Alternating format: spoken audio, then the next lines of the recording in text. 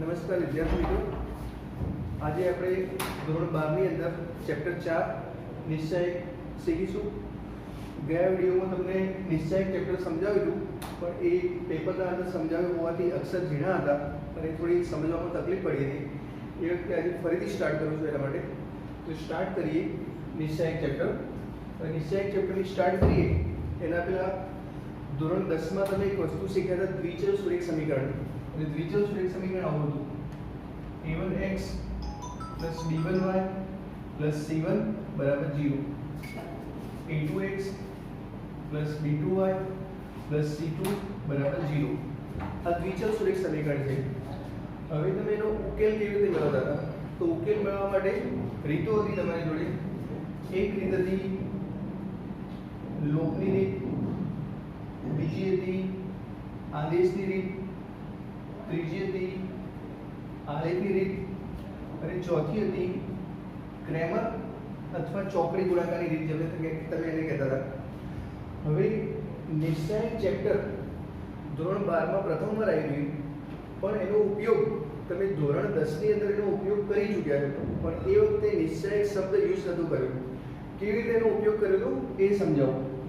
જેમ કે તમે દ્વિચલ સુરેખ સમીકરણ હતું એનો ઉકેલ કેવી રીતે મેળવતા? ક્રેમરની અંદર. જ્યારે ક્રેમરની અંદર એનો ઉકેલ મેળવતા ત્યારે સૌથી પહેલા તમે અહીંયા લખતા x. x જ્યારે લખતા હોઈએ ત્યારે x વાળા ભાગને સંતાડી દઈએ, મતલબ x ના સહગુણકને સંતાડી દઈએ એટલે તમને શું જોવા મળશે? b1 c1 b2 c2. તો અહીંયા લખી દઈએ b1 c1 b2 c2 બરાબર લખીશું. x વાળા ભાગને સંતાડી દીધો, હવે y નો વારો આવી ગયો તો y ને સંતાડી દઈએ. y ને સંતાડી દઈએ તો શું જોવા મળશે? a1 c1 a2 c2. તો અહીંયા લખીએ y, પણ આ વખતે સીધું નહીં લખીએ. a1 c1 a2 c2 નહીં લખીએ, ઊંધું લખીશું. જો ઊંધું ના લખવું હોય તો પછી ઉપર માઈનસ કરવા પડશે. માઈનસ યાદ ના રાખવા હોય તો એક વસ્તુ યાદ રાખવાની કે જ્યારે y નો વારો આવશે ત્યારે ઉલટા ક્રમમાં લખીશું. એટલે કે અહીંયા થશે c1 a1 c2 a2. ચલો, x ને સંતાડી દીધો, y ને સંતાડી દીધો. હવે અચળ પદને સંતાડવાનો વારો આવી ગયો. તો અચળ પદને સંતાડીશું ત્યારે અહીંયા શું લખીશું? અહીંયા 1 લખીશું. હવે સંતાડીએ હવે અચળ પદને તો તમને કયા સહગુણકો જોવા મળશે? a1 b1 a2 b2. તો અહીંયા લખીએ આપણે a1 b1 a2 b2. આ ધોરણ 10 ની અંદર તમે ક્રેમરની રીતમાં શીખ્યા હતા. આપણે ધોરણ 10 નું એટલા માટે સમજાવવું પડે કે નિશ્ચયક એ વખતે તમે ઓલરેડી યુઝ કરી ચૂક્યા હતા, પણ નિશ્ચયકનું નામ નતા આપતા. એને નિશ્ચયક નામથી તમે ઓળખતા નતા. તો નિશ્ચયક કેવું હતું એ જોઈએ. એ વખતે તમે આની આજુબાજુ બંને લીટીઓ પણ નતા કરતા. હવે એનું સાદુરૂપ કેવી રીતે આપતા? તો આટલો જે ભાગ દેખાય, આ x ની નીચે ભાગ દેખાય એને આપણે કહીશું નિશ્ચયક. y ની નીચે જે ભાગ દેખાય એને પણ આપણે કહીશું નિશ્ચયક. અને આ પણ છે નિશ્ચયક. તો એક નિશ્ચયકને હું એક સાઈડ લઈ જાઉં, b1 c1 b2 c2. આ નિશ્ચયક થઈ ગયો દ્વિહાર નિશ્ચયક, જે તમે ધોરણ 10 ના અંદર એનો ઉપયોગ કરી ચૂક્યા હતા, પણ નિશ્ચયક શબ્દ યુઝ નતા કરતા. આ દ્વિહાર નિશ્ચયક છે. દ્વિહાર નિશ્ચયક એટલા માટે કહીશું કે એ બે હાર તમને જોવા મળે, બે હાર જોવા મળે, બે સ્તંભ જોવા મળે છે. એટલા માટે આપણે એને કહીશું દ્વિહાર નિશ્ચયક. હવે સાદુરૂપ કેવી રીતે આપીશું? તો આને વિકર્ણ સમજજો, અગ્ર વિકર્ણ અને પ્રતિવિકર્ણ સમજજો. તો અગ્ર વિકર્ણના ઘટકોનો ગુણાકાર એટલે કે b1 c2 માઈનસ અહીંયા શું બનશે? b2 c1. તો આ થઈ ગયું દ્વિહાર નિશ્ચયકનું સાદુરૂપ. એક ઉદાહરણ લઈએ. જેમ કે તમારી જોડે આવી કોઈ સંખ્યા હોય, આવો કોઈ નિશ્ચયક હોય અને આપણે એનું સાદુરૂપ આપવું છે. આ દ્વિહાર નિશ્ચયકનું સાદુરૂપ આપવું છે, અથવા એનું મૂલ્ય શોધવું, અથવા એનું વિસ્તરણ કરવું પણ કહી શકાય. એનું સાદુરૂપ કેવી રીતે આપીશું? અગ્ર વિકર્ણ પરના ઘટકોનો ગુણાકાર. તો 3 × 15 અહીંયા 4 × 4 કેટલા રહેશે? 11. તો આ થઈ ગયું દ્વિહાર નિશ્ચયકનું સાદુરૂપ. ધોરણ 10 માં તમે દ્વિચલ સુરેખ સમીકરણ શીખ્યા હતા, એના અંદર ક્રેમરની રીત શીખ્યા હતા. ક્રેમરની રીત જેને કરતા તો એની નીચે જે પણ તમે ઘટકો અહીંયા મૂકતા અને ઘટકોથી 4 ઘટકોથી જે બનતું એને આપણે નિશ્ચયક કહીશું, પણ એ દ્વિહાર નિશ્ચયક. હવે આપણે શીખીએ દ્વિહાર નિશ્ચયકની વાત કરી, ત્રિહાર નિશ્ચયકની વાત કરી કે ત્રિહાર નિશ્ચયક કેવો હોય.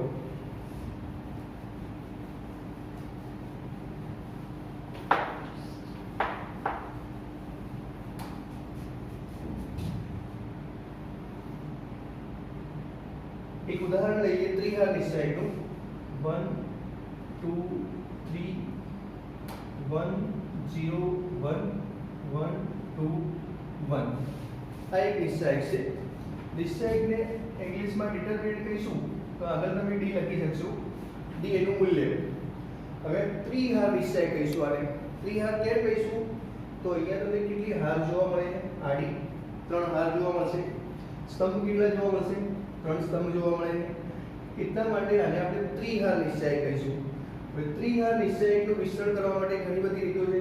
અહીંથી તમે રોથી પણ વિસ્તરણ કરી શકશો, કોલમથી પણ વિસ્તરણ કરી શકશો અને વિકર્ણનો ઉપયોગ કરી પણ વિસ્તરણ કરી શકશો.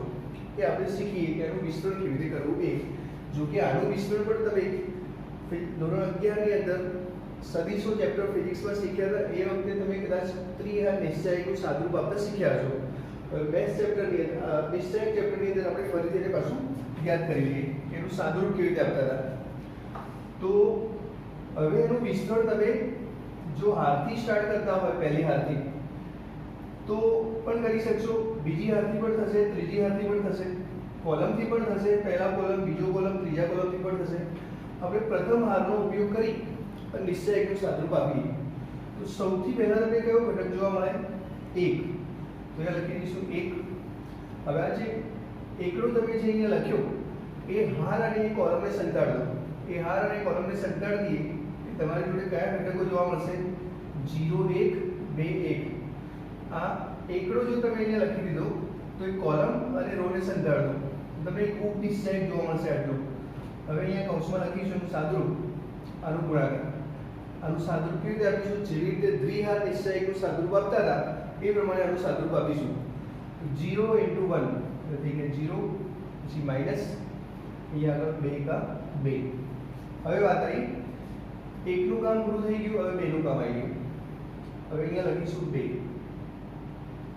પણ યાદ રાખવાનું નિશ્ચયકની અંદર A B C D E F G H I અહીંયા જે હું સર્કલ કરું એ સર્કલ વાળી પોઝિશન તમને જ્યાં પણ દેખાય ત્યાં માઈનસ લખીશું. એટલે કે આ સર્કલ વાળી પોઝિશન કહેવાય બીજા નંબરની. તો આપણે એ લખીશું -2. -2 લખ્યા. 2 લખ્યા તો જે કોલમ અથવા જે રો ની અંદર બગડો દેખાય એને આપણે સંતાડી દઈએ. આ બગડાને સંતાડી દઈએ, આ કોલમને સંતાડી દઈએ, આ રો ને સંતાડી દઈએ. તો તમારી જોડે કયા ઘટકો જોવા મળશે? આટલા ઘટકો જોવા મળશે. 1 1 1 1 અહીંયા આગળ. તો સાદુરૂપ આપીએ 1 1 એટલે આ કોલમ અને રો ને સંતાડી દીધી. એટલે તમારી જોડે શું બચ્યું? ખાલી 1 1 આ 1 1 આનો ગુણાકાર કરી દઈએ. અહીંયા થશે 1 * 1 1 થઈ ગયું, માઈનસ અહીંયા થઈ ગયું 1. હવે વારો આવી ગયો 3 નો. તો લખીશું આપણે +3. છેલ્લી જે પોઝિશન આવે, આ જે સર્કલ વાળી જે પોઝિશન દેખાય ત્યાં આગળ માઈનસ મૂકવાના. સર્કલ સિવાયની પોઝિશન જે પણ દેખાય ત્યાં આગળ પ્લસ મૂકીશું. તો આ પોઝિશન પર પ્લસ મૂકવાના.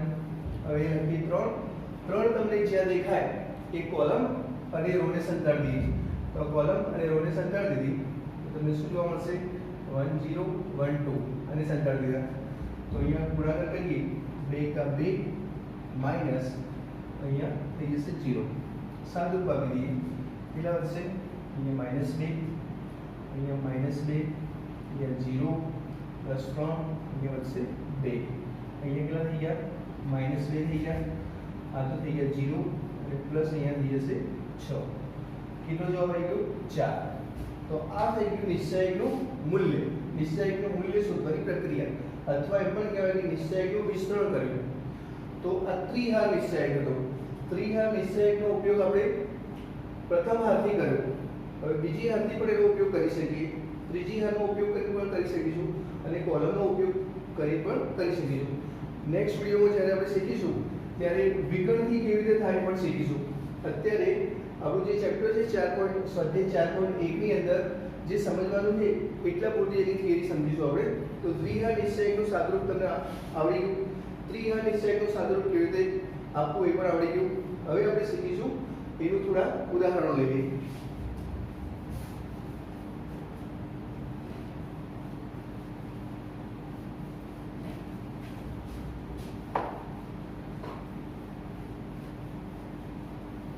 એક બીજું ઉદાહરણ લઈએ.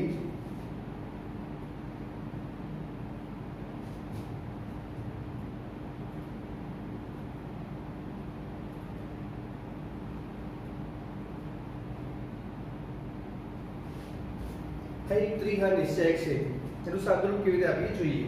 પ્રથમ હારનો ઉપયોગ કરીને સાદુરૂપ આપીએ તો સૌથી પહેલા અહીંયા લખીશું આપણે 3 લખ્યા પછી જે ઘટક તમે અહીંયા મૂક્યો એ કોલમ અને રોને સંતાડ દો. એ કોલમ અને રોને સંતાડી દઈએ એટલે તમારી જોડે ઘટકો હશે આટલા. હવે એનું સાદુરૂપ આપીએ એટલે કેટલું બનશે 1 * 0 એટલે 0 માઈનસ અહીંયાથી હશે 0. હવે કોનો વારો આવ્યો 1 નો, પણ 1 ની પોઝિશન કઈ નંબરની? બીજા નંબરની પોઝિશન. આટલી જે પોઝિશન કહેવાય આ 1 2 3 અને 4. આ પોઝિશન જ્યારે પણ તમને દેખાશે ત્યારે તમારે એ સમય માઈનસ મૂકવાનું રહેશે. તો હવે 1 નો વારો આવ્યો તો લખી દઈએ -1. હવે જ્યાં તમને 1 દેખાય જે તમે ઘટક અહીંયા લખ્યો, આ જે ઘટક લખ્યો તો એ ઘટક જે લખ્યો તો એ કોલમ અને રોને સંતાડ દો. તો આ કોલમ અને રોને સંતાડ દઈએ તો તમને શું જોવા મળશે 2 * 0 એટલે 0 અહીંયા છે 0.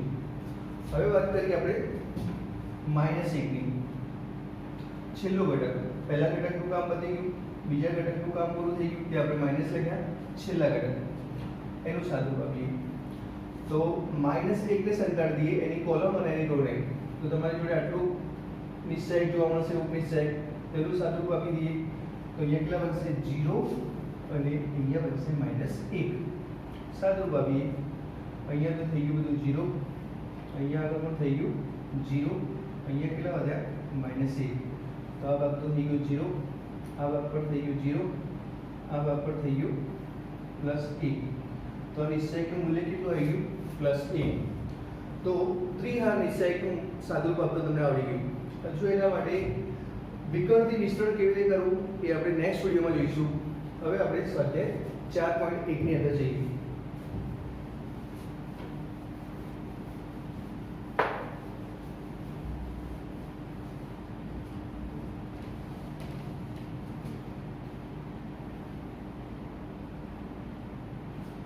સ્વાધ્યાય 4.1 પ્રશ્ન નંબર 1 નિશ્ચયકનું મૂલ્ય શોધો.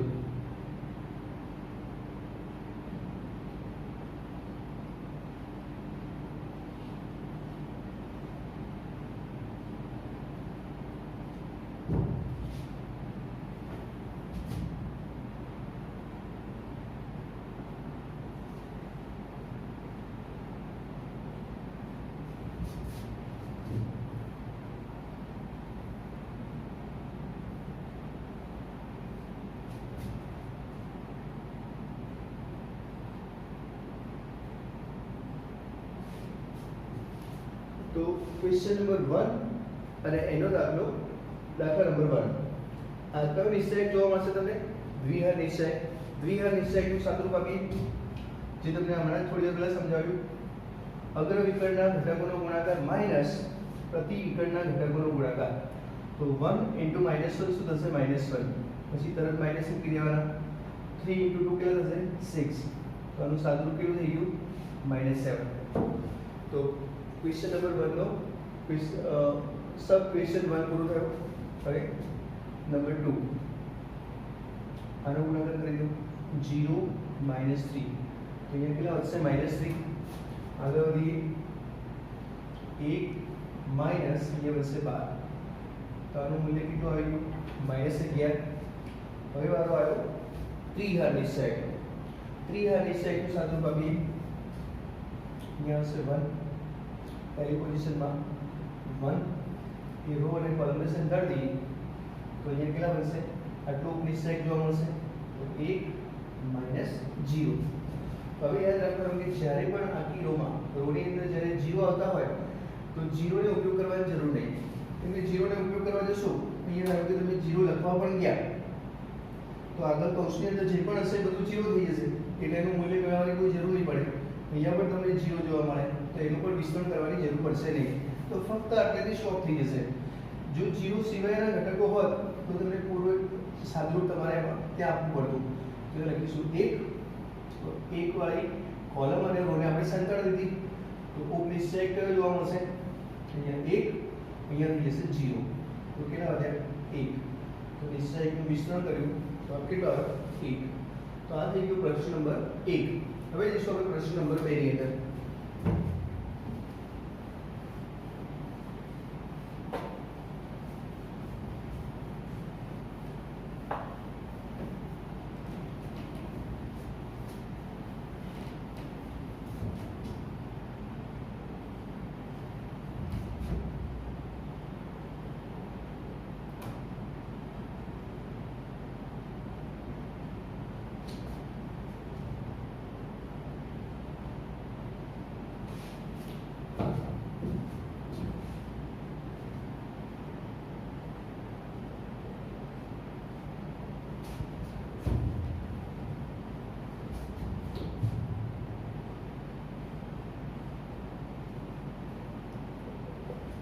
અહીંયા એક નિશ્ચય આપેલો છે અને સામે એનું મૂલ્ય લખેલું 5, એટલે કે આ શું છે એક પ્રકારનું સમીકરણ, અને આ સમીકરણનો આપણે ઉકેલ મેળવવાનો છે.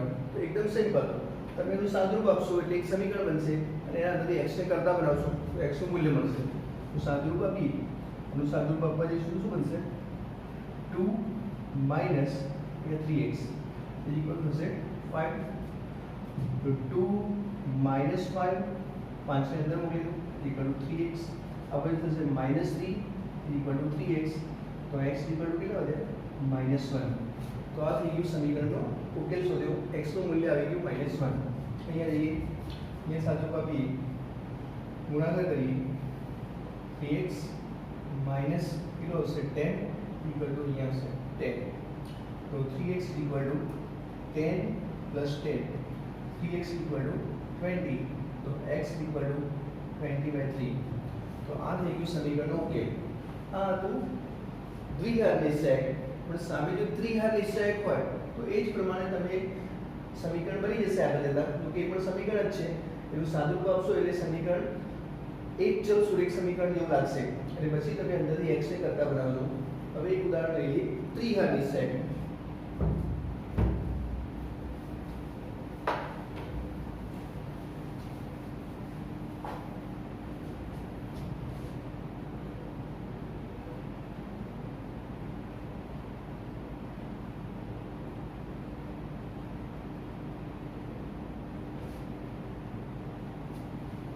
અહીં ત્રિઘાત નિશ્ચયક તમને જોવા મળે છે. આપણે x નું મૂલ્ય શોધવું છે. સામે નિશ્ચયકનું મૂલ્ય તો આપેલું જ છે, x નું મૂલ્ય શોધવું છે. નિશ્ચયકનું સાદુરૂપ આપીશું એટલે સામે સમીકરણ બની જશે. તો સાદુરૂપ આપીએ x. હવે x ને સંતાડી સાદુરૂપ કેવી રીતે આપવું એ તમે સમજી ગયા છો. ગુણાકાર કરીએ અહીંયા 6 - 0 થઈ જશે, એટલે લખવાની જરૂર નહીં. બીજા નંબરના ઘટાડા શું લખવાનું -1. આને સંતાડી 4 - 0 છેલ્લું પ્લસ 1 ની અંદર એ જશે કેટલા અહીંયા 0 અહીંયા 0. આમ તો જ્યારે તમે ત્રિઘાત નિશ્ચયકની અંદર તમે ત્રીજી ઘાતનો ઉપયોગ કરી જ્યારે વિસ્તરણ કરતા હોય, એ તમને નેક્સ્ટ વિડીયોમાં હું સમજાવીશ. ત્યારે આના વિસ્તરણની જરૂર ના હોય, આના વિસ્તરણની જરૂર ના હોય, ફક્ત બેનું વિસ્તરણ કરવાનું. આ બગડો લખશો એટલે આવું નિશ્ચયક બનશે, એટલે ઝડપથી જવાબ આવી જશે. પણ તમે કોઈ પણ રીતે વિસ્તરણ કરશો તો જવાબ તો એક જ આવવાનો, ઇક્વલ ટુ 5. અહીંયા કેટલું થશે 6x માઇનસ અહીંયા 4, અહીંયા તો 0 થઈ ગયું, ઇક્વલ ટુ 5. તો સાદુરૂપ આપીએ 6x ઇક્વલ ટુ કેટલું બનશે અહીંયા 9, x ઇક્વલ ટુ 9/6. તો x ઇક્વલ ટુ બધી બાજુથી 3 ઉડી ગયા, 3/2. તો આ થઈ ગયું નિશ્ચયકનું સાદુરૂપ આપી અને તમે x નું મૂલ્ય શોધ્યું, એટલે કે સમીકરણનો તમે ઉકેલ મેળવ્યો. હવે આપણે સમજીશું નિશ્ચયકના ગુણધર્મો.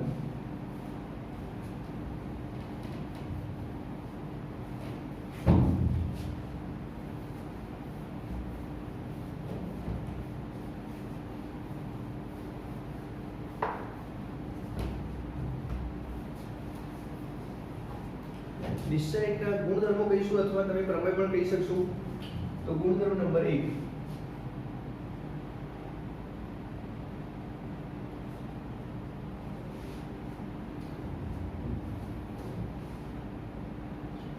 નિશ્ચયકની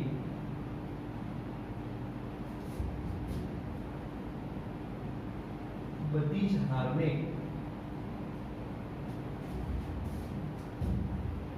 અનુરૂપ સ્તંભમાં ફેરવતા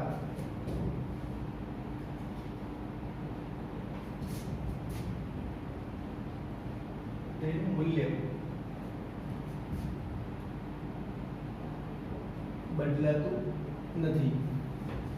નિશ્ચાયકની બધી જ હારને જો સ્તંભમાં ફેરવી નાખો, એક ઉદાહરણ લઈએ, 1 2 1 0 1 1 3 1 2. આ એક નિશ્ચાયક છે. આ બધાને આપણે કહીશું હાર. હવે આ બધી જે હાર દેખાય એને તમે સ્તંભમાં ફેરવી નાખો, એને પરિવર્ત કરવો અથવા એને ટ્રાન્સપોઝ કરવું પણ કહેવાય. આ નિશ્ચાયકનું તમે જો ટ્રાન્સપોઝ કરી નાખો અને એને આપણે ડી ડેશ નામથી ધારો કે ઓળખીએ, 1 2 1 દેખાય, આ પહેલી હાર દેખાય એને પહેલા સ્તંભમાં ફેરવી નાખો. નિશ્ચાયકની બધી જ હારને અનુરૂપ સ્તંભમાં ફેરવતા, તો આ જે હાર દેખાય એને તમે સ્તંભમાં ફેરવી દો. 1 2 1. અહીંયા 0 1 1 લખ્યું છે બીજા નંબરની હાર. બીજા નંબરની હાર હશે તો અહીંયા બીજા નંબરનો સ્તંભ આવશે, એટલા માટે અહીંયા અનુરૂપ શબ્દ વાપર્યો. તો બીજા નંબરની હાર આવશે તો અહીંયા આગળ શું બનશે? બીજા નંબરનો સ્તંભ બનશે 0 1 1. તો અહીંયા બનશે 0 1 1. અહીંયા 3 1 2. તો અહીંયા બનશે 3 1 2. હવે તમે જોશો કે આનું સાદુરૂપ તમે આપશો અને સ્તંભમાં ફેરવ્યા પછી એનો ટ્રાન્સપોઝ કર્યા પછી ઘણીવાર આ પ્રમાણે ઉપર ટી પણ સંકેત વાપરતા હોય, ટ્રાન્સપોઝ ઓફ ડી, એટલે કે આ જે નિશ્ચય કર્યો એની બધી જ હારને સ્તંભમાં ફેરવી દીધી. તો એ પણ કહી શકાય કે બધા સ્તંભને તમે રોની અંદર, હારની અંદર ફેરવી નાખ્યા. તમે જોશો આ કોલમની અંદર 1 0 3 દેખાય તો અહીંયા 1 0 3 થઈ ગયું. 2 1 1 દેખાય તો અહીંયા 2 1 1 થઈ ગયું. 1 1 2 થઈ ગયું તો અહીંયા 1 1 2 થઈ જશે. હવે આપીએ સાદુરૂપ આપણે. આનું સાદુરૂપ તમે આપશો અને આનું સાદુરૂપ આપશો તો મૂલ્ય બંનેના સરખા આવશે. એનો મતલબ એવો થયો કે નિશ્ચયની બધી જ હારને અનુરૂપ સ્તંભમાં ફેરવતા તેનું મૂલ્ય બદલાતું નથી. સાદુરૂપ આપણે ચેક કરીએ. હવે 1 અહીંયા 2 -1 એ બનશે 2 -1. બીજા નંબરની પોઝિશનમાં માઈનસ, અહીંયા 0 -3 એટલે કે સીધા -3 +1. અહીંયા શું બનશે? 0 અહીંયા 3 બનશે. 0 -3 એટલે કે કેટલા બનશે? -3. એકવાર ફરીથી ચેક કરી લો. 1 અહીંયા કેટલા બનશે? 2 -1. 2 નો વારો આવી ગયો, અહીંયા 0 0 થઈ ગયું અને -3 થઈ ગયા. 1 નો વારો આવી ગયો, અહીંયા 0 -3. સાદુરૂપ આપીએ તો અહીંયા બનશે 1 2 કેટલા? 2 માંથી 1 જશે 1 -2 અહીંયા -3 +1 અહીંયા થશે -3.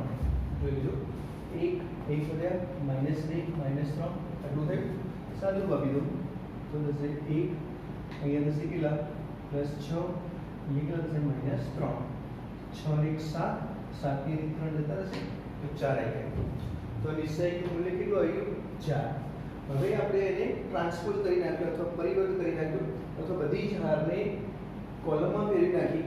હવે એનું મૂલ્ય ચેક કરીએ તો શું થાય? જોઈએ ડી ડેશ ઇક્વલ ટુ, અને આપણે ડી ડેશ નામથી ઓળખીશું. તો સૌથી પહેલા 1 અહીંયા સાદુરૂપ આપીશું. 2 -1 એટલે છે 1. 0 વાળે શું ઘટક તમને જોવા મળે તો લખવાની કોઈ જરૂર નહીં, કેમ કે ઓવરઓલ છેલ્લે પણ 0 થઈ જશે. +3 અહીંયા સાદુરૂપ આપીએ. અહીંયા 2 -1 અહીંયા થશે 2 -1. અહીંયા કેટલા થશે? 1 અહીંયા બનશે કેટલા? +3 અહીંયા થશે 4.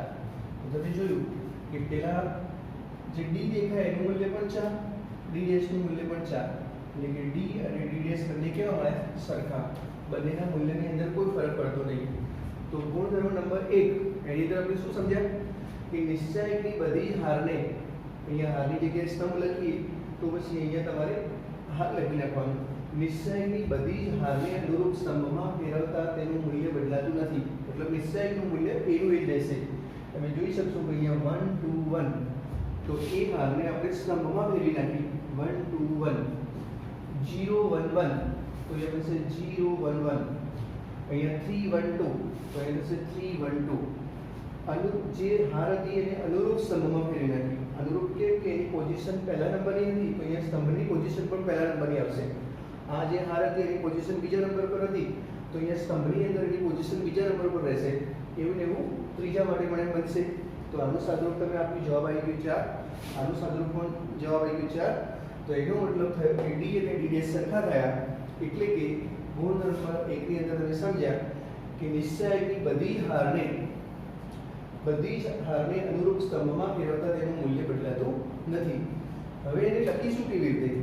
ધારો કે નિશ્ચયની બધી હારને સ્તંભમાં તમે ફેરવી તો એને સાંકેતિક ભાષામાં કેવી રીતે લખીશું એ સમજીએ.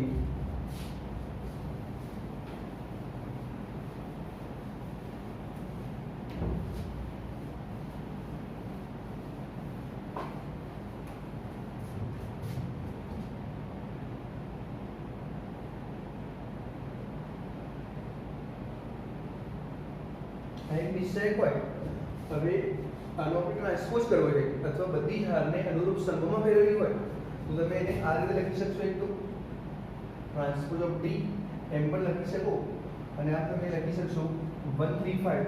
તમે લખજો 135 276 એટલે બનશે 276. ये बनશે 112. જોજો 135 276 276 112 તો એ બનશે 112. પણ અહીંયા આગળ ઘણીવાર એવું થાય કે કૌંસની અંદર લખવાનું હોય કે આપેલ નિશ્ચયની બધી જ હારને અનુરૂપ સ્તંભમાં ફેરવતા, તો શબ્દો ઘણા બધા જોશે, જગ્યા પર રોકાશે. એટલે સાંકેતિક ભાષામાં લખવું હોય તો આ પ્રમાણે લખી શકશો, ટ્રાન્સપોઝ ઓફ ડી કહેશો. અથવા બીજો પણ રસ્તો છે. બીજો રસ્તો એવો છે, અહીંયા આગળ તમે આને RI to CI આવો સંકેત વાપરી શકશો. એટલે કે તમે રોને સ્તંભમાં ફેરવી નાખી RI to CI કરીએ તો આ સંકેત વાપરશો તો પણ ચાલશે. તો અહીંયા લખીશું આપણે D ડેશ લખો અથવા D નું ટ્રાન્સપોઝ લખી દો. હવે RI to CI નો મતલબ તમે તો રોને તમે કોલમમાં ફેરવી નાખી. તો રોને કોલમમાં ફેરવી નાખો 135 છે. અહીંયા શું બનશે 135. પહેલા નંબરની જે હાર હતી અહીંયા કન્વર્ટ થઈ ગઈ પહેલા નંબરના સ્તંભની અંદર. 276 તો અહીંયા 276 112 તો અહીંયા બની ગયું 112. તો કયો સંકેત વાપરીશું? RI to CI. અથવા એવું નહીં કે RI to CI જ વાપરો, તમે અહીંયા આગળ CI to RI લખશો તો પણ ચાલશે. એનો મતલબ કે તમે કોલમને રોમાં ફેરવી, રોને કોલમમાં ફેરવો અને કોલમને રોમાં ફેરવો, પ્રક્રિયા એક જ છે. ઓવરઓલ છેલ્લે મૂલ્ય એનું એક જ રહેશે. તો ગુણધર્મ નંબર આપણે 1 સમજી ગયા. ગુણધર્મ નંબર 1 ની અંદર શું સમજાય કે નિશ્ચયની બધી જ હારને અનુરૂપ સ્તંભમાં ફેરવતા તેનું મૂલ્ય બદલાતું નથી. હજુ બીજા ગુણધર્મો આપણે સમજવાના છે કે આપણે નેક્સ્ટ વિડીયોમાં સમજીશું. Thank you.